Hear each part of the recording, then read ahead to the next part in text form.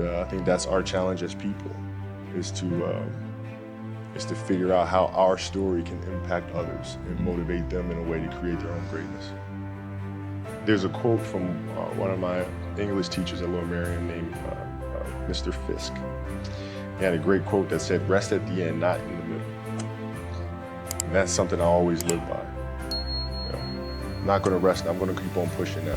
There are a lot of answers that I don't have, even questions that I don't have. But I'm just gonna keep going. I'm just gonna keep going, and I'll figure these things out as we go, right? And you just continue to build that way. So I try to live by that all the time. And what brings you the most joy right now? Being with my family. Really? That is the most fun. It's just, you know, it's hanging out with them all summer, being able to like do things that I ordinarily couldn't do. Yeah.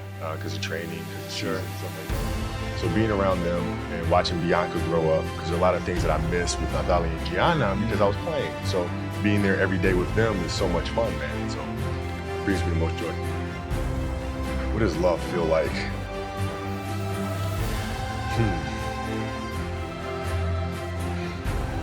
Happiness is such a...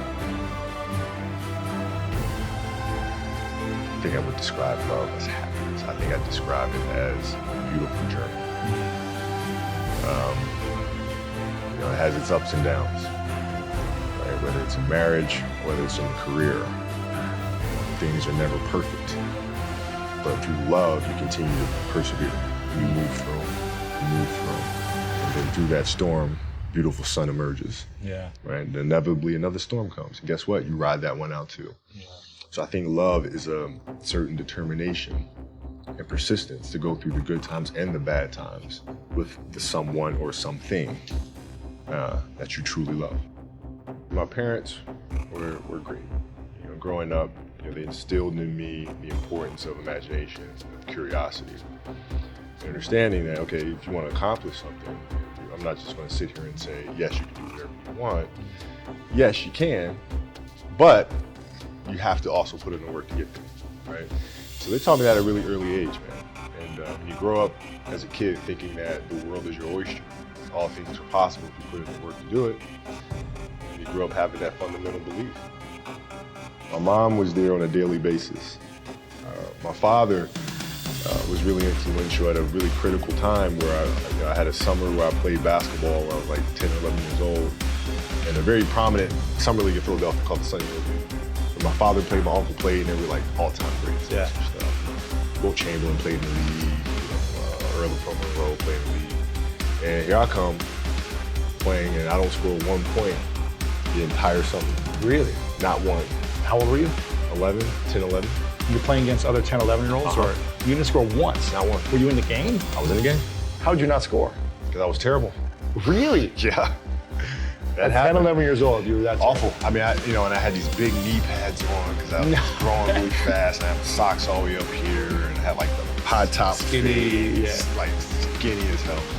And I scored not a free throw, nothing, not a lucky shot, not a breakaway layup, 0 points. And I remember crying about it, being upset about it. My father just gave me a hug and said, listen, whether you score 0 or score 60, I'm gonna love you no matter what. Wow. Now that is the most important thing that you can say to a child. Because from there, I was like, okay, that gives me all the confidence in the world to fail. I have the security there. But to hell with that, I'm scoring 60. Let's go. Right. And from there, I just went to work. And I stayed with it, and I kept practicing. You know, when you're in this culture, in our society, you can do some phenomenal things individually, but they'll never reach their full potential unless you do them collectively. And you have to figure out how to do that. The challenge for me was always compassion and empathy. I think about 2009, things started changing for me. I started really making a conscious effort to better understand. And that doesn't mean you have compassion and empathy so you go soft on them. It's more like you put yourself to the side and you put yourself in their shoes and understand what they're feeling.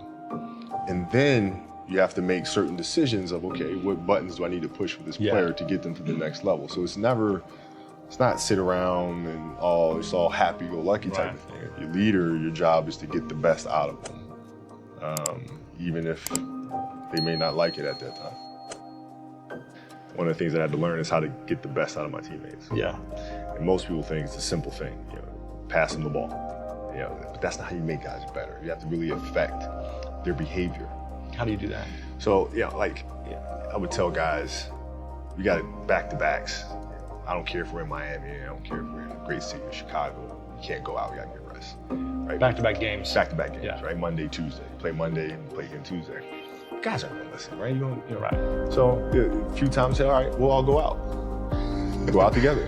Really? I'll drink with you, right? The next morning, I'm banging on your door at 5 a.m. Let's go. They're not getting Where are we that. going?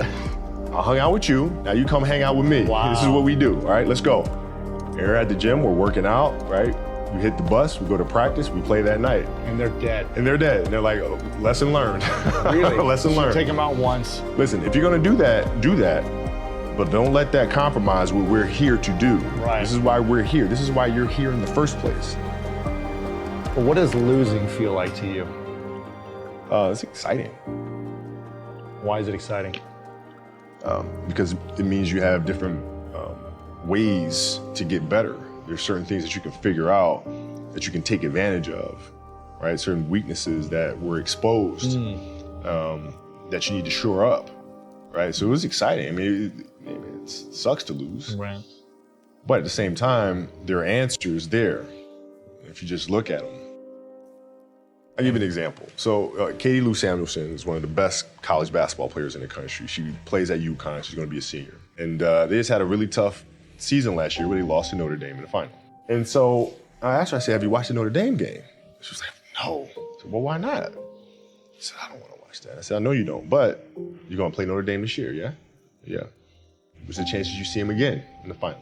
I said, well, you probably see him again. I said, well, you can't show up and play them without knowing why you lost that one, right? So, the mistakes that you've made in that game, you have to do the hard stuff and watch that game and study that game to not make those mistakes over and over again just because you weren't brave enough to face it. So she came down to the office. I brought her down to the office and we sat down, we watched that game together. Wow. Right? And you gotta deal with it. Face it. You gotta deal with it. Face it, learn from it. When you play for 20 years, I played for 20 years, you reach a certain level, you're like, okay, wait a minute, I have to start again at the base of a mountain and try to climb the top of this mountain. First of all, what mountain am I climbing? I don't even know, what the hell am I gonna be doing? And it's very scary. It's very scary. Even for you? Oh, absolutely. Wow. Absolutely. And the thing that helped me actually was hurting my Achilles, because that forced me to sit there and say, okay, the day could be today that your career is over. Now what do you do? You have these ideas about doing something with your life after basketball, but what if today is the day that's it? Now what do you do? So I had all this time sitting there with my Achilles injury and contemplating and thinking, and I said, I better get to work. Wow. That was that. The mentality book is really about process and craft. I've broken the book up into 2 sections. And process is really about the process of preparing, through injury, recovery, studying of the game. And then the craft is the actual performance and the tactics. And so a lot of things that I learned through the game were through photos. You can look at a photo and see like a player making a move, look at the angle of his feet, look how he's using his hands on defense, and I can really break down things to the smallest detail through that. And that's what you'll see in this book. I mean, it's really a basketball Bible. You'll see how I break things down, like how I'm looking at things to the smallest of detail. Yeah. And that's the best way to understand how to have that kind of mentality, is to ask questions, then find answers. And then that leads to more questions, you find more answers, and that's what the book is. So how can we teach our children what it means to work hard? Well, you do it through training, right? So when I get up in the morning, my daughter goes with me. 4 a.m.? 4 a.m. My 15-year-old goes with me. She goes with me before school, and it becomes a daddy-daughter thing. That's cool. She just got her permit, right? So she drives in the morning. It becomes a cool thing, right? But through that process, she understands the value of hard work and things taking time. And the same thing with my 12-year-old, right? She practices every day, right? And so it's through those behaviors is where I find the motivation to do it.